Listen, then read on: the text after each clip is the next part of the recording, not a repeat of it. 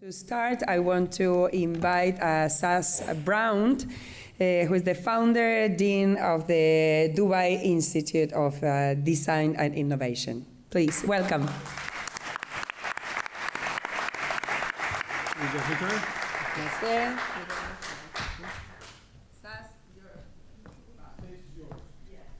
Thank you.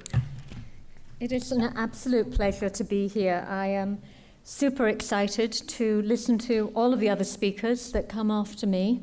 There is really an incredible lineup of people here who are affecting amazing change, and I'm just simply honored to be part of that lineup. So thank you, Miami-Dade College. You are clearly one of the exceptions in terms of fashion education, and I'm very proud to be here. So thank you. So, as the introduction said, my name's Sass Brown. I'm the founding dean of a school you may never have heard of called the Dubai Institute of Design and Innovation. And I'm a very long-time activist, an advocate and writer on ethical fashion. And what I usually do is write and talk about fashion, all types of fashion, whether it's ethical, whether it is sustainable, fair trade, upcycled, recycled, basically fashion with a conscience. Any type of fashion that is being produced with a reason behind it that makes a difference. So I wrote 2 books on the topic. This one is the first one, called Eco-Fashion. It's now a bit of ancient history, but at the time it was the first one that really elevated the conversation of ethical fashion to something about high-end and high style. When this book was published, honestly, there was really nothing else on the scene about ethical fashion. They were talking about how do you upcycle a stained T-shirt into a grocery bag, or they were talking about organic beige, boring T-shirts and not much anything else. So I felt it was a responsibility to talk about the really incredible work that was actually being done around the world, but no one was talking about it and no one was sharing it. So this was an intent to talk about that. At that time, we were also trying to elevate the conversation out of crunchy and granola. Thankfully, that's a stereotypical image that no longer plagues our industry. Now we have the reverse problem where so many people think of it as elitist, and that's also not the representation of what it is and what it can be. So it's another stereotype we have to break. This was the second book, called Refashioned, and basically it was simply an outgrowth of the first. So there were just such a plethora of designers that were working with pre- and post-consumer waste, that were doing incredible design work, and again, not enough people knew about it. Even now, in this time, in this day and age, I get asked all the time, how do I know who's producing ethically? Where do I buy it? And we should be so much further on than that in this conversation at this stage. So the point of these books, of my social media, of my website, Eco-Fashion Talk, all of that, was about sharing. And that was the impetus behind it, to simply talk about who is doing great work, because it's so spread around the world, and so few people are connecting all of those dots. So what I did, and what I still do for that matter, is really tell stories about the designers making a difference through all of my writing. And so by default, as a designer, I write about cutting-edge conscious design, because that was where the lacking was in the industry, that people were talking about the basics. And so, because as a designer by trade, I really believe that the fashion industry at its best is inspirational and it's aspirational. And it's momentum that spurs the industry. So it's important that we talk about that. And so what I talk about is designers working with sustainable materials, whether they're upcycled or fairly traded, or any other representation or reflection of conscious design. And so I'm a little bit more limited in telling some of those stories, because most of those people that are making that change are actually speaking on this stage over the series of the next few days. So I'm going to put my other hat on today, which is as an educator. And I'm going to talk a little bit more about that rather than the other designers, because you'll hear their stories firsthand from them, and they'll do a much better job of telling their stories than I could possibly hope to.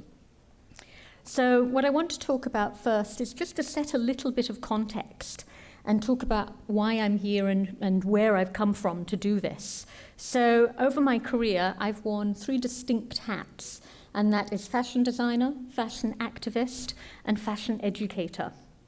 And while all of those different hats, all those different careers sort of led seamlessly one into another, I never found a way of wearing them all at the same time. So I was either working as an educator and at the same time doing my website, or just trying to juggle too many things. And that was a bit of a challenge. So as a designer, I worked with my own label for many years in the UK, in Canada, and in the US. And I was creative director for a number of high street brands, again in all of those different locations. But like many others, I became rather disillusioned with our industry, and I made a move to education as a means of trying to find a way to make a difference. And so education embraced many of the parts of me that I had to minimize or deny as a designer, particularly for big brands. And it rewarded my efforts and my conscience and allowed me to move from part-time faculty member all the way up to being interim dean at the Fashion Institute of Technology in New York. It allowed me to pursue my love of craft, and it led me to volunteer and work with sustainable development and women's cooperatives around the world for many, many years. While I was at FIT, and nearly 20 years ago now, I started researching and writing about designers that were working with the conscience around the world. And so my website, Eco Fashion Talk, which is now archived, you can still access it, but it's no longer current because there are enough other people doing this now. I had always said right from the beginning that the aspiration for the website was that we would never need the website, that talking about fashion, ethical fashion, would be by default all fashion. And so now there are enough other people doing that work out there that doesn't require my voice to continue it. And so, but what I did and what I still do in different mediums is talk about the inspirational stories that connect designers from around the world. And so that led to the books, it led to the social media, all of those stories and the reasons that ethical design is important. And so, like many academics who rise throughout the ranks, however, you eventually realize what little ability you have to affect meaningful change. When you get out of the classroom, you're no longer directly impacting students' learning. And so when you get into the administrative side, you no longer have that ability to actually really affect major change in many cases. So for myself, while academia encouraged my personal growth and my research and my writing, I was never really able to integrate it into my academic role as an administrator, as a dean, as an associate dean, etc. And that's how I ended up in Dubai. And so now I'm the founding dean of a brand new university there called the Dubai Institute of Design and Innovation. And it's the first place that has allowed me to wear all of my three hats at the same time. So I can be a fashion designer, an academic, and an activist simultaneously. And it's a luxury that this position has allowed me as a new institution that is inviting change and innovation. So I've yet to find a way of integrating my love of craft to that, but I'm in a perfect location in the world because we're very close to the Silk Route and there is tons of tradition that I have yet to explore and support. So I'm looking forward to finding a way of integrating that into my work. So why do I write about ethical fashion? Because I think everyone can relate to fashion. Everyone can relate to clothing. It's non-threatening in many ways. Nevertheless, the apparel and the textile industry employs anywhere between 200 and 250 million people worldwide, or you'll see the figures as high as a sixth of the world's population, depending upon whether you're talking about all of the people down the supply chain, the growers, the farmers, etc. Either way, it's a massive global industry. And by default, it's an industry that has the ability to be a massive change agent, not just in how we do business, but how we consume. And because I think, honestly, the most interesting things that are happening in fashion are happening in the emerging and the ethical fashion marketplace through designers that are challenging the system at every stage. And because the mainstream fashion industry, honestly, is incredibly conservative and outmoded and an unsustainable model that is really in the process of breaking down and has been for the last number of years. And so it's the third largest industry in the world. It is the second largest polluter in the world and the second largest user of water. And while I'm sure many of you in this audience already knew that, the vast majority of consumers simply don't. They are blissfully unaware of these facts. And so it seems that we're always preaching to the converted. We're always talking to people who know this information, and we have to find much better ways of communicating and sharing this information with the mainstream. So, here are some of the figures that are just coming up: third largest, second largest water polluter, second largest user of water. So I write about it because microfibers from our clothing are polluting our oceans and killing our marine life. And I know you're going to hear a lot more about that with the speaker that comes right after me, because there are 73 million children under the age of 10 working as child laborers. Many of those are in the fashion supply chain. So this industry is in need of enormous change by design, and the vast majority of the population are sadly, blissfully unaware of it. So design at its best problem solves beautifully. It's the balance of form and function, and it's a means to make life easier and overcome limitations. But fashion's been really out of sync with those ideals for far too long, and it's been limiting itself to aesthetics without ethics. At its best, the fashion industry is inspirational, it's aspirational, and it's inclusive. At its worst, however, it's an exclusionary system set up with a single notion of value, a single notion of success, and a very narrow concept of beauty that takes advantage of people and planet. We know that 80% of the garment's impact is actually decided at the design phase. So as designers as well as educators, we have the ability to change the business of fashion.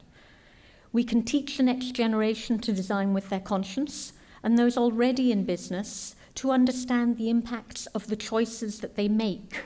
We can challenge how we define value, and we can communicate beauty and how we consume. We can have an industry that we can be proud of, that is as beautiful on the inside as it is on the outside. That is the industry that we have to educate the next generation for, and the designers that we have to support. It's the responsibility of design educators as well as designers to design a better industry. Changing the world isn't just an option anymore. For anyone with a conscience, it's actually an obligation. So our industry is far from immune from the dysfunctionality of the larger landscape that it functions within, whether that is anti-Semitic comments, sexual misconduct, Islamophobia, homophobia, racism, prejudice, all of it. Our industry is surrounded by sexual abuse allegations, the demeaning of models, the devaluing of human life, and the pollution of our planet. These are serious problems that require a radical shift in thinking. We see responses to that and encouragement, however, all around us, whether that's with Black Lives Matter, whether it's with Me Too movement, school kids for gun control, social media shaming the rich and famous with accusations that date back decades, which really shows how dysfunctional our industry has been and how long it has been glossed over and simply just accepted as business as usual. So now we can see the crumbling of a single unsustainable system around us, one that dictated how we do business if we wanted to succeed as designers. Fashion for far too long has limited itself to aesthetics without ethics, form without function, and it's become increasingly obvious that there can be no beauty when the core of an industry is rotten. Real beauty has always been more than skin deep. This is an industry of inspiration and aspiration. It's one that employs millions of people, that can change our world for the better if we so choose. And thankfully, there are an awful lot of designers that are choosing to make that change, many of whom you'll hear from over the next few days. So one of the issues our industry has been plagued with and currently grappling with is body image. It's been an issue for a very long time in the fashion industry, which is responsible for setting very unrealistic beauty standards. Thankfully, that is being challenged by more and more brands, but we still teach as fashion students to design for size 0 models that are 5'8" and taller, when the average American is between a size 12 and a size 14, and they're 5'4" in height. That's an incredible discrepancy. Many fashion models have a BMI of between 15 and 16%, when anything is considered below 18.5% as underweight and even malnourished. But that is the norm in our industry.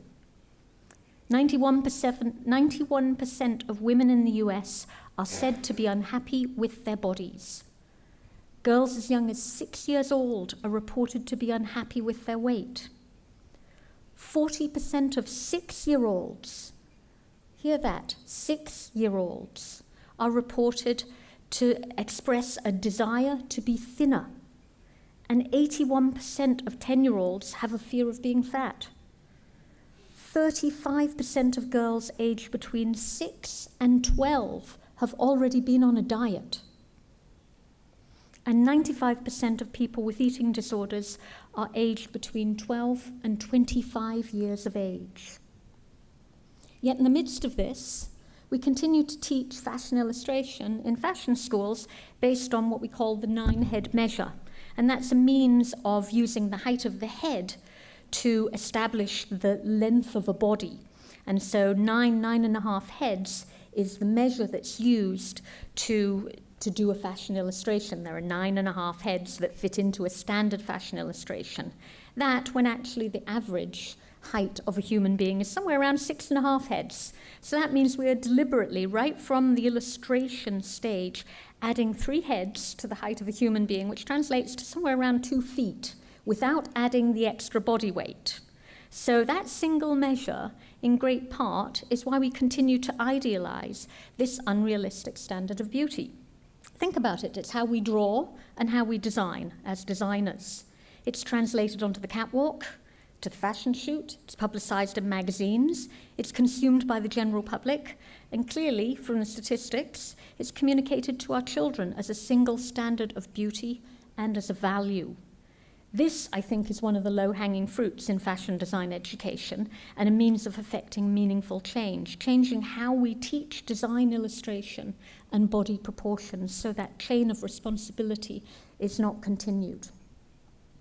So continuing with the theme of diversity and change, many mainstream fashion magazines still believe that sales suffer if they feature a person of colour on the cover.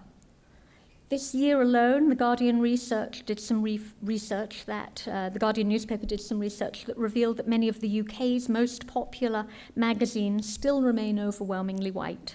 Of 214 covers published of the 19 best-selling glossy fashion magazines in 2017, only 20 featured a person of colour. The US is no different. The Huffington Post wrote just last year about the lack of diversity on their covers. In 2016, they did a report that revealed out of 678 fashion and lifestyle glossy magazine covers, 196 were how many that featured a person of colour. So it's a very small percent. Our prejudice and our white privilege has allowed an entire industry to ignore the beauty in diversity. From a business perspective alone, these are highly lucrative markets, which only serves to prove the level of prejudice that has sustained them. But simply from a human perspective, it defines the exclusivity of the mainstream fashion system and its associated industries. Consider that nude has until very, very recently, and still with only a couple of companies, been considered a single shade and colour, and not one that represents most of the diversity that we live in. It says a lot that it took women of colour to set up and develop these businesses, whether it was Nubian Queen, the lingerie line that I showed on the previous slide, that has a full range of about a dozen skin tones, all of which they call nude, or whether it's Rihanna's Fenty and her inclusive range of makeup that caters to women of all colours. I am far from dark-skinned, but even I have been told that I have to mix my own foundation because I don't fall within a normal range of colours. So it affects everybody. These are some of those, however, that are changing that diversity and that status quo. So some of this isn't recent. The Dove Real Beauty campaign there contrasted with the Victoria's Secret Love My Body campaign, which I think really beautifully illustrates the diversity between the single ideal of a beauty and the reality of it. So Debenhams, the image on the right, have been actually a trailblazer. Interestingly enough, not someone you would necessarily expect. They started using a number of years plus-size mannequins on their lingerie floor to showcase, again, the diversity. They've done fashion shoots that involve Paralympians as models for their fashion campaign. There is one of them.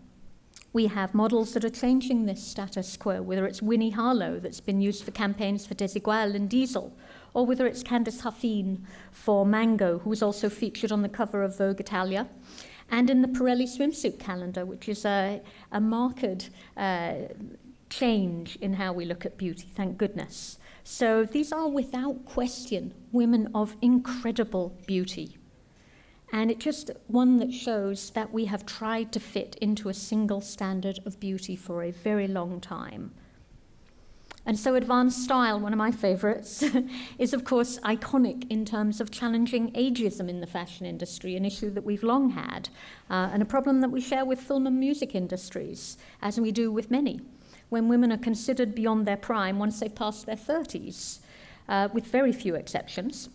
My own experience tells me that it's only once we pass 40 that really we grow into our full capabilities, and we only get better from there. So I think we do an incredible disservice to look at beauty as only from a youthful perspective.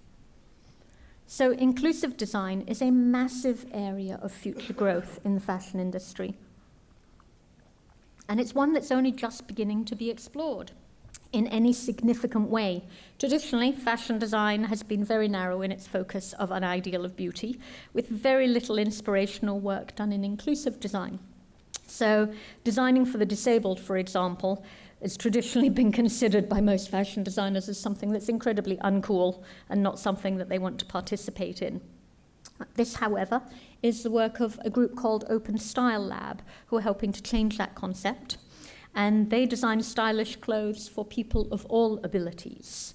And it's actually a collaboration with two of DIDI's curricular partners. We were founded by Parsons the New School and MIT. And so our curriculum was written by them, and this is a collaboration between the two schools to design for otherly abled people. And it's an interesting concept because, as with much of the work that's happening in design, it's a collaboration with other industries. So they collaborate with engineers, occupational therapists, and of course fashion designers to come up with this really beautiful line. And what it does is, it really is a change of mindset from disabled to super abled. And that's a key theme in how we deal with a lot of the issues that we have to deal with our industry. It's a change of mindset, and it's a flipping of the script from one thing to another. This is designed for, not just for aesthetics, but designed for ethics. This is student work from a 2016 graduate from Parsons, Angela Luna, and she was motivated to use design to comment on the refugee crisis. And so she was moved to use her design skills to do more than just design clothing. And so she worked with humanitarian agencies to identify the key issues that refugees face on a daily basis. And the most pressing issues were, of course, the need to have life jackets that were highly durable as well as highly visible on the water crossing, as well as protection once they landed wherever they were landing. So the result of her work and the result of her design research was a jacket on the left, which is also inflatable and highly visible when light is shone on it. And the two on the right are coats that also translate into tents. So the need of shelter was one of the main issues that they had to deal with. But they're also beautifully designed. It just shows that design does not have to compromise in terms of its aesthetics to solve a problem. So I'm a huge proponent of something called design futuring. It's really an academic take on sustainable design, and it's about designers taking the responsibility to consider the future impacts of their designs before they design them and before they bring them into being in the world. And so it is, after all, an act of creation, and it should be carefully considered, all of the impacts that we make. So the power of design for good or for bad, and the responsibility of a designer to consider those impacts right from the very design stage. And the idea encompasses every area of design. It's not specific to any particular discipline. So the example that they give is about the motor car and all of the myriad effects that the development of the motor car has had on people and planet. Whether that's vehicular fatalities, the development of new industries and businesses that support car repair, insurance, urban sprawl happened because of the development of commercially available transport, the development of suburbia, the climactic effects that cars and car emissions have had on the environment, and poses the question if the designer who designed the car or commercial production of the car had considered these possibilities at the design stage, how would the design of the motor car have been different? Based on mitigating all of those circumstances before they occurred, instead of having to deal with them after the fact. So fashion design education in particular has to great extent not kept pace with this change. And in the mainstream fashion industry, which is considered honestly a little bit of a design dinosaur on the verge of extinction in terms of that single mainstream ideal of fashion. And fashion education is right behind it, supporting that. So this is the anti-fashion manifesto from Lee Edelcourt, who pronounced fashion design that was dead in 2015. And she has a particularly evocative quote about fashion education. Fashion institutes, academies, and universities all over the world keep training their students to become catwalk designers, highly individual stars and divas to be discovered by luxury brands. These institutions seem to be oblivious to the next world, the new world that we live in, a world created for and from interaction, dealing with an economy of exchange and a strong sense of extended family, where working and playing together has become more important than individual gain. So this is traditionally what's considered the pinnacle of fashion design. Red carpet dresses and extravagant designer gowns worn only once by a celebrity client on the red carpet. And this is what far too many fashion students consider as an example of a successful fashion designer. And it's what many fashion graduates aspire to be. This is, of course, in big part why Lee Edelcourt and others have considered or talked about fashion as being vain and frivolous in the Anti-Fashion Manifesto. And this, of course, is what we consider as a successful fashion designer and what new fashion graduates should aspire to. Enormous respect to them for the success that they have achieved. But we think they represent the old system and the old guard and not the way forward. So what we're trying to do at DIDI, and there are other universities around the world, is to flip that script. And we prefer to think of design as a creative problem-solving tool and a means of changing our world. So not just as an aesthetically pleasing design, but designs that make a difference. So these are some of the designers that we think really we should be holding up as heroes and iconic change makers. And I am excluding the people that are speaking after me for the next few days, not because they don't deserve to be on this list, they absolutely do, but they will tell their story better than I can. This is Suzanne Lee. She was renowned back in 2004 for growing textiles in the lab. Most people know her work for wearing the jacket on the left on stage for a very iconic TED Talk, where her materials and the vest was made from were grown in a bathtub with fermented green tea solution combined with sugar and microbes, and that's the basis of her material. She's now the creative director for a company called Modern Meadow, based in New York, and what they do is produce leather in the lab.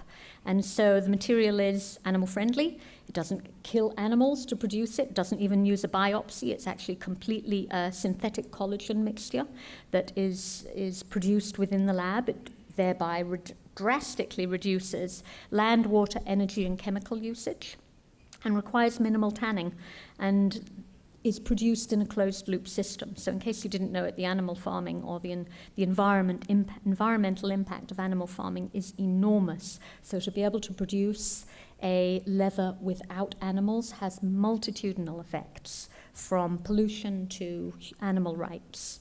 What's particularly, I think, forward-thinking about Modern Meadow, other than their product, however, is that they put a creative director in charge right at the forefront of the design, research, and development of the product, not at the end just to make it look pretty. They were involved from the conception of this product.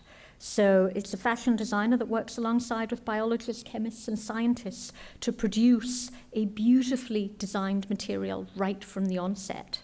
So this is design that is minimizing the enormous impact of our environmental footprint. Material in particular, leather, has had an incredible impact on our environment. So this is the future of design as far as we're concerned. This is another hero of ours, Helen Story. She's been pushing the boundaries of what we consider fashion and produced a line of catalytic clothing that consumes carbon dioxide while you wear it.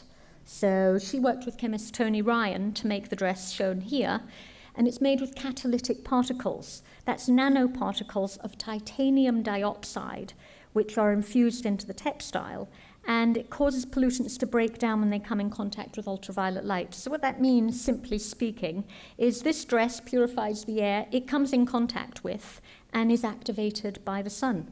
So just imagine an entire population and the effect it would have on people wearing catalytic clothing to combat air pollution. So this flipping of the value system is what we think of as aspirational designers. And I think this is an important change that we're all able to make in design education, to talk about our heroes and what we aspire to be differently than what is the tradition and what is the past. So, because when it comes to making material choices, traditionally, in a fashion school, we talk about aesthetics, the hand of a material, and the price as the only considerations that we make when we choose a textile. But what about the pollution that's generated through its production? What about the water footprint, the CO2 emissions? What about the health and safety of those who produced it? The recyclability or the end-of-life considerations? This is an image from Greenpeace's detox campaign on water pollution through the textile supply chain. And quite honestly, I think it should be required reading for all fashion design students and, in fact, fashion designers. So I wrote a book about designers working with recycled garments and recycled fabrications with a pre or post-consumer waste, because the average lifespan of a piece of clothing in the West is 3 years. Because we make about 400 billion meters of textiles a year, and 60 billion of them end up on the cutting room floor. Because synthetic fibers don't compose in a scalable timeline, and most of them aren't recyclable. The average British citizen buys half their body weight in clothing a year, and 22 items of that remain unworn in the back of their wardrobes. And because 95% of all textiles are recyclable in some way, shape, or form, yet at least 75% of them end up in landfill anyway. So there are a number of designers that are combating textile waste, and I'm going to run through these quite quickly. This is one of my favorites. It's an Austrian brand called Steinweider, and I think what they do is quite poetic in terms of taking a material that's not just devalued, but actually considered quite distasteful, and flipping the script and making it into something valuable and something beautiful. And they make their collection out of used socks. So it really is a poetic challenge to take such a material and to produce a beautiful collection out of it. This is a Berlin-based designer that works with discarded and second-hand domestic materials, mostly table linen, mattress ticking, denim jeans, Pakistan quilts, military materials, etc. Particularly renowned for the material in the center there, the jackets. She does a whole collection made out of Bavarian flour sacks. So it's a flour sacks that farmers use to put once they're milled wheat in, and many of them date back to the early 1850s. And what she does, which is quite beautiful, which is to again recontextualize value, so that the stains and the holes that are usually considered in clothing something not desirable, she turns them into the history and the beauty of a garment and the storytelling, so that flipping of the script. Emma and Eve, they're a company out of Cambodia that produce a line of jewelry and accessories out of reused shell casings and bullets. I actually have this bag at home, and I made the mistake of deciding to use it when I was invited to the White House one day, and I was 5 people away from the metal detector when I suddenly realized I had a bag with me that was made out of shell casings. Thankfully, they didn't know that, and it was just metal as far as they were concerned, but I went into a bit of a panic prior to going through the detector. So I'm going to finish up with the last couple of slides, because I know I'm running over time. But one of the most important things, I think, is that we talk about craftsmanship and artisanship. I think it will be one of the greatest sadnesses if we end up only seeing traditions and material culture in books and in museums, and we've lost them all. And so I think that would be an incredible loss to the world. And I think that we have the opportunity to change that by supporting artisans and by supporting tradition. This is a $34 billion market. So yeah, all around us, these crafts are being lost, and skilled artisans are not able to support themselves. So I'll just give two quick examples.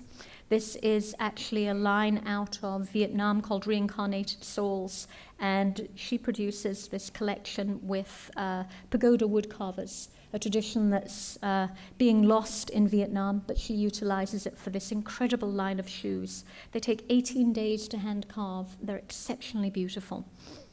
And I'm going to just show this one.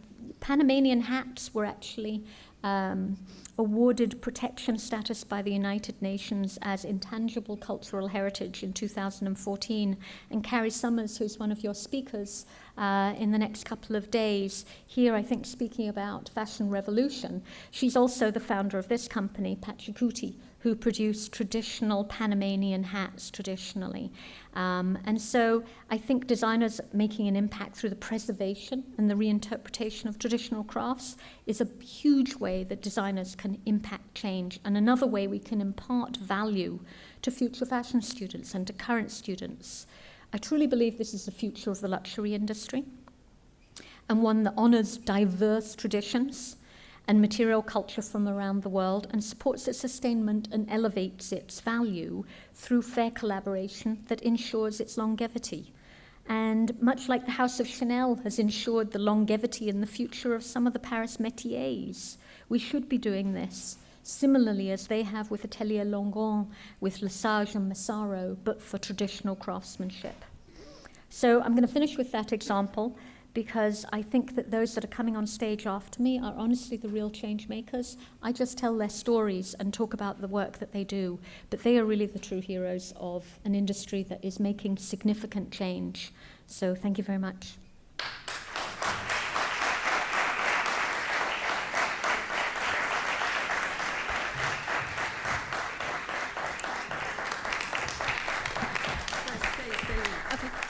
Stay with me, please. Thank you very much. It was very, very, very interesting. Very interesting. And especially what you're doing in education, no? Because I think this is all about to transmit, to communicate. That's why we are now in a college, and the work you are doing. I think it's very important to transmit for the new generations, no? Like this. So, well, if someone wants to do any questions, Sass is here to answer. You have Antonio, of course. ¿Dónde tienes un micrófono? Ahí te van a dar un micrófono. Aquí en el medio.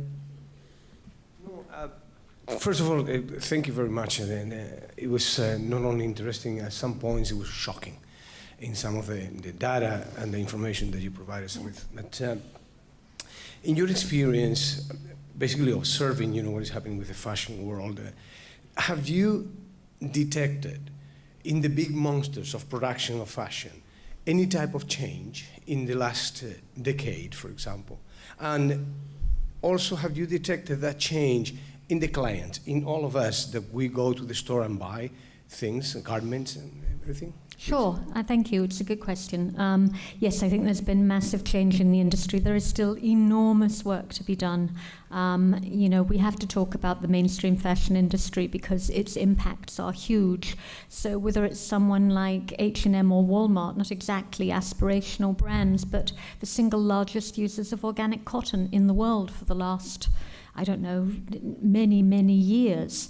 Now, they have the ability to impact far more change than they do, and that's a drop in the ocean because at the same time it's not being mitigated by all of the rest of their footprints that they have. So the enormous growth of companies like H&M is not offset by them doing a conscious collection, but it is a start. And I think that's really important. In terms of consumption, yes, there's been any number of studies that millennials are buying with a conscience, and that they do understand the values, and that they think that our generation totally messed everything up, which we really did, and that they want to be the ones that make change and will buy and are prepared to spend more money on something that is more sustainable. So yes, I think there's massive change. I think we have so much more to do. One of the silly things that comes to me, I'm often asked, what do you do? And I was asked that question just recently by someone in my apartment, and I said, I work in ethical fashion. And they said, ethical fashion? What is that? And I said, wait a minute, you're an intelligent human being. You know what ethical means, and you know what fashion means. How come when you put those two words together, it makes no sense to you? So we clearly have a lot of work to do ahead of us. But yes, there has been significant change, and there continues to be. And I think all of the people that are on the stage over the next few days will prove some of that incredible change is happening and has been happening, because they're groundbreakers. Thank you. And it's more expensive to get for us consumer, when the clothes gets to the store, is expensive or? You know, that's one of the problems, that it's being considered elitist, that only those that have the money can afford to have a conscience. And there are lots and lots of ways to choose to shop more ethically. Whether you spend less, you spend more, but you buy less. And yes, to a certain degree, things do cost more.